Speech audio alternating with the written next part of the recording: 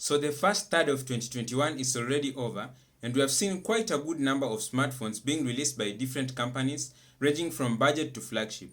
Today, I'm going to focus on the high-end devices only.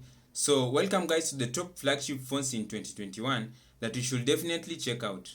FYI, these are phones released only in 2021. And so, without waiting any longer, let's get to the video.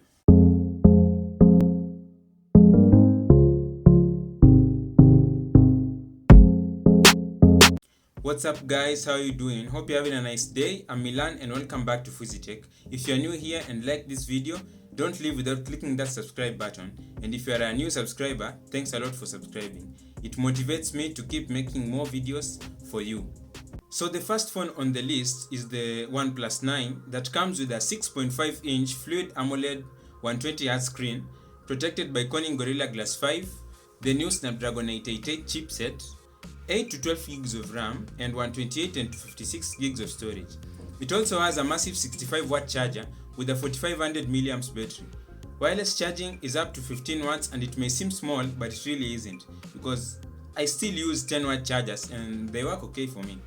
It has two main cameras, one 48 megapixel and the other 50 megapixel ultrawide, plus a 2 megapixel depth sensor and a 16 megapixel selfie camera in collaboration with Hasselblad.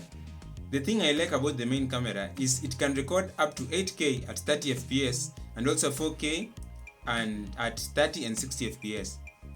What sucks though is the lack of a headphone jack. Most of us still need it even though it's 2021, but to be fair, most of us are not the target audience. We also have Oxygen OS, one of the most amazing UIs in Android. Comparing this one with OnePlus 8T, the difference is not that much. Excluding the processor and cameras, I don't think there is a reason to pick this over the 8T due to the price, but this one is still good. The phone comes at about $700, which I think was to come as a cheaper option to its sibling, and this brings us to the second phone, OnePlus 9 Pro. Now, this is another flagship that you should check out, and as I said, it's the sibling to OnePlus 9 but has more better features. Well, not that much more, but it's better. First off, it has a larger 6.7-inch LTPO panel with 120Hz refresh rate, which can change depending on whatever action you're using with your phone. It also has 1440p resolution and protected with Corning Gorilla Glass 5 and Snapdragon 888 obviously. It also has a good 4500 mAh battery with a 65-watt charger, then a 50-watt wireless charging. Other features are 8 to 12 gigs of RAM and 128 and 256 gigs of ROM. The camera part was one of the main talking points of this phone because of the Hasselblad collaboration. It has 4 cameras at the back, a 48 megapixel main sensor, 8 megapixel telephoto lens, 50 megapixel ultrawide and 2 megapixel depth sensor, and it can also shoot at 8K. Looking at the price, this phone is really good, and if you were to ask me, I'd pick this one over the OnePlus 9. Third phone is the Oppo Find X3 Pro, the 6.7-inch phone that comes with a 1440p resolution with an LTPO type screen protected by Corning Gorilla Glass 5.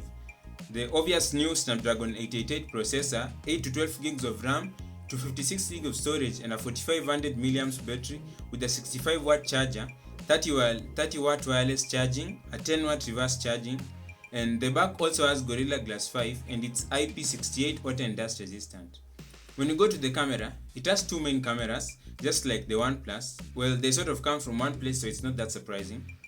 At the back, we have a 50 megapixel main camera, a 13 megapixel telephoto lens, 50 megapixel ultrawide and a 3 megapixel macro lens. And I love to say that the macro lens is an actual macro lens and not a gimmick. It works like a microscope and it's pretty good.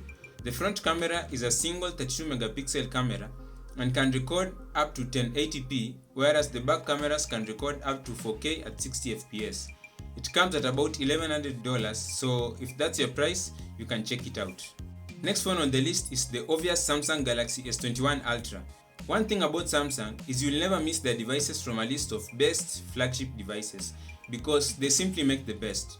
The phone comes with a large 6.8-inch screen with a 1440p resolution dynamic AMOLED screen with a 120Hz refresh rate.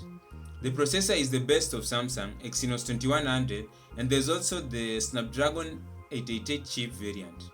Most of the time, the Snapdragon version is usually better, so I'm going to assume that. and you are going to have to, unless you can afford both of them, and compare them.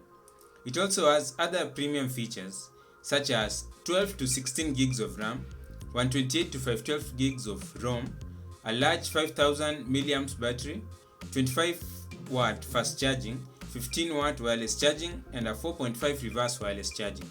Heading to the camera, I'll tell you one thing, it's the best of the best. Well, to be fair, most of Samsung's flagships most of the time have the best cameras. So it has a quad camera at the back with a 108 megapixel sensor that has 100 times zoom. Obviously I cannot test it, but I'll assume it's fine.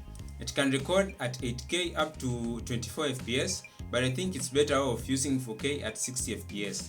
The front selfie camera is a 40 megapixel camera that can record at 30 to 60 fps, and it's good for people who do vlogging due to its extra features. Now, when we talk of flagship phones, we talk about premium devices and the best of the best. This next phone fits in that category perfectly. The Xiaomi Mi 11 Ultra. Its design is weirdly attractive, at least to me. The most obvious feature is its camera bump, which is large. It shouldn't matter, but some people would like it due to its design, but to me, the design is okay. It has a 6.8 inch screen, Super AMOLED at 1440p resolution with a brightness of 1700 nits. I think it's the best display ever in a phone, the brightest.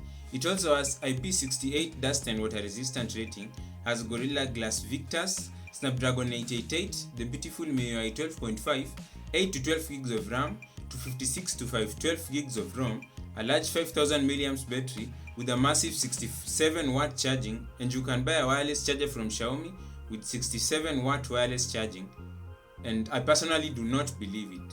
Onto the camera, at the back we have a triple back camera, a 50 megapixel main, a 48 megapixel periscope telephoto lens, and a 48 megapixel ultra wide camera.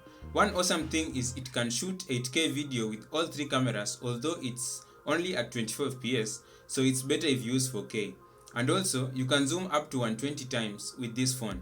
The front camera is the usual 20 megapixel camera, and that's just good. Now, if you noticed, it has a large bump at the back, which is not all camera. It has one tiny, about 1 inch display that you can use so as to take selfies with the rear camera. It has a display where you can add few things there, so it's not that important, but it's really interesting. And if you ask me if I would want that in my phone, I'd say yes, although it's not that essential.